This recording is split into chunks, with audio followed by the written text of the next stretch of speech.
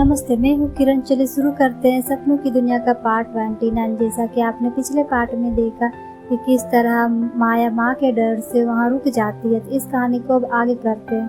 कार्तिक ने धीरे से कहा, थैंक यू रुकने के लिए। कार्तिक ने माया के लिए एक गिफ्ट लाया था और वो उसे देते हुए बोला, मैंने कभी सोचा नहीं था कि इस तरह से ये गिफ्ट आपको दूंगा, पर शायद खुदा को यही मंजूर था। आई होप आपको ये पसंद आए, क्योंकि पहली बार किसी लड़की के लिए गिफ्ट लिया है।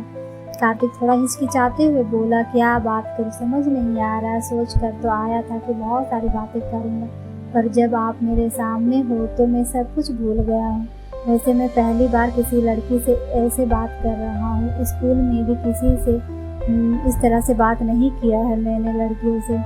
और उस दिन जो कुछ भी हुआ, मैंने पहले से कुछ सोचा नहीं था। मैंने मंडप के पीछे कुछ लड़कों को बात करते हुए सुना था कि वो आप पर एसिड फेंकने वाले हैं। मुझे समझ नहीं आ रहा था कि मैं क्या करूं, और उस वक्त जो मुझे सही लगा मैंने बिना सोचे समझे कर दिया, ये सोचे बिना कि इसका अंजाम क्या होगा।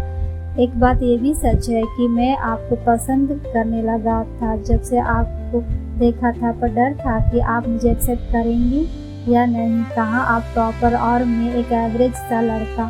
कृतिका हमेशा घर में आपकी बातें करती थी और मैं उसे भी नहीं बताया था। प्लीज़ मेरी गलती की सज़ा उसे मत दीजिएगा। उसे कुछ नहीं पता था। हो सके तो उससे बात कर लीजिए और मुझे माफ़ कर दीजिएगा कि मैं आप दोनों की दोस्ती के बीच आ गया। कार्तिक ने रिग्रेट करते हुए कहा, आई नो मेरी वजह से आपको बहुत प्रॉब्लम फेस करनी पड़ी है और बहुत कुछ सुनना पड़ रहा है।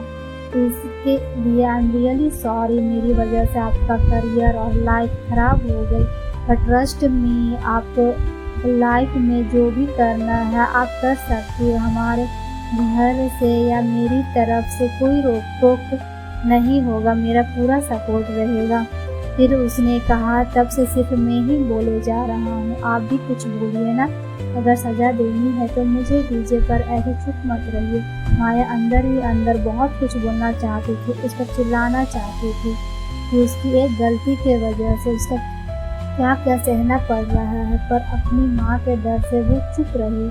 कार्तिक ने बार बार पूछा, माया प्लीज़ कुछ बोलो ना, क्या आप संडे को हमारे घर पूजा में आ रही हो? तब माया ने सिर्फ इतना पूछा, क्या इसलिए यहाँ आए हो? कार्तिक मुस्कुरा कर कहा, फाइनली आपने अपनी चुप्पी तो तोड़ी। हाँ जी, इसी पूजा के लिए इनवाइट करने आया है, तो आप आ रही है ना? माया कुछ बोलती इससे पहले कृतिका रूम में आ गई और बोली, सॉरी फॉर द डिस्टर्बेंस, मैं डिस्टर्ब नहीं करना चाहती थी, बट मुझे आप दोनों को बुलाने भेजा गया है। सब बाहर खाने के लिए बुला रहे हैं, तो आप दोनों जल्दी आ जाइए। माया ये सुनते ही कृतिका के साथ जाने लगी। कार्तिक ने पीछे से पुकारा, माया प्लीज़ 2 मिनट के लिए रुक जाइए, शायद इसके बाद हम बात ना कर पाएँ।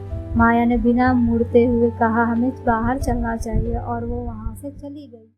अगर आप जानना चाहते हैं कि आगे क्या हुआ कहानी में, तो प्लीज़ वीडियो को लाइक, शेयर और चैनल को सब्सक्राइब करना मत भूलिएगा। अगर आप सब्सक्राइब करते हैं तो वीडियो अपलोड होते ही आपको तुरंत नोटिफिकेशन मिल जाएगा। इससे हमें मोटिवेशनल मिलता है कि आपको ये कहानी अच्छी लग रही है और मैं इसी तरह आपके लिए वीडियो लाती रहूं। आप भी के लिए इतना ही। मिलते हैं सपनों की दुनिया का अगले पार्ट में। तब तक आप अपना ख्याल रखिएगा। नमस्ते।